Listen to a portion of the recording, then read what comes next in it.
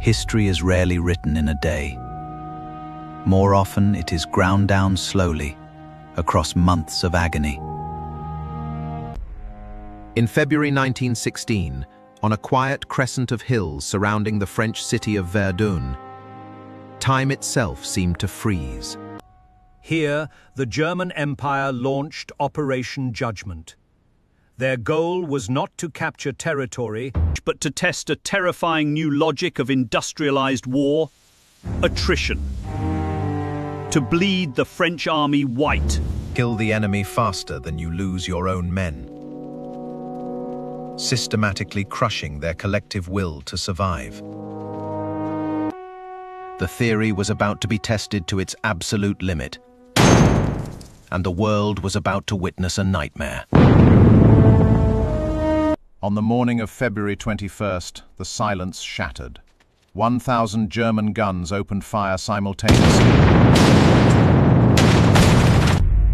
This was a cataclysmic storm of steel, unlike anything humanity had ever witnessed on a battlefield.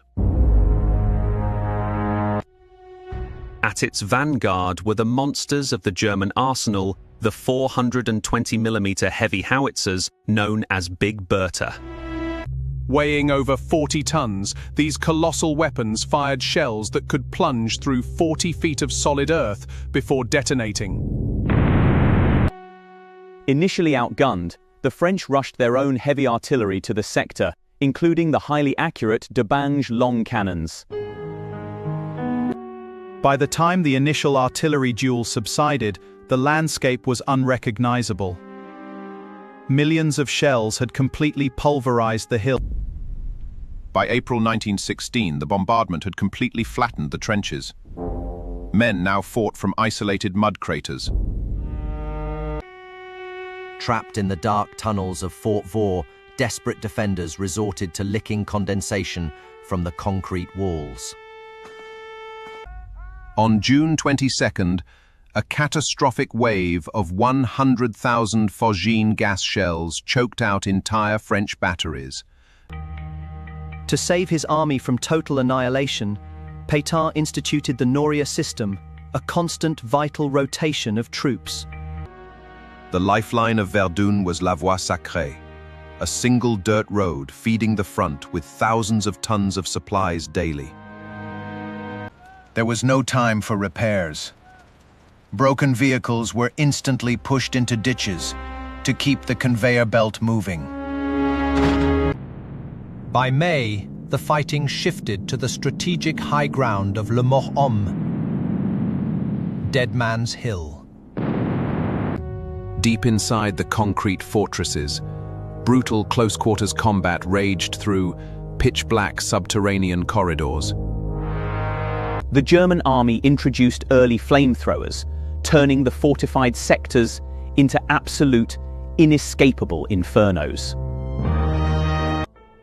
The village of Fleury changed hands 16 times, until it was entirely erased from the map.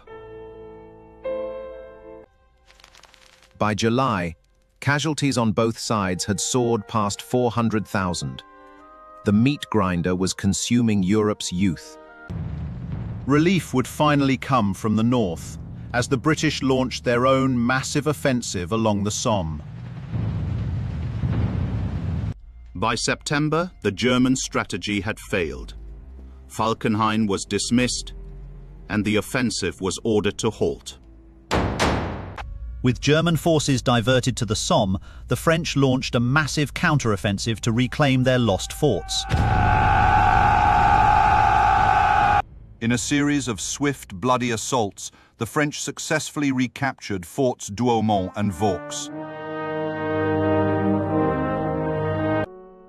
On December 18, 1916, the longest battle in modern history finally came to a silent, freezing end. The meat grinder had claimed over 700,000 casualties. It achieved nothing but absolute devastation. The fields of Verdun eventually fell quiet. But beneath the soil, the scars of 1916 remain forever.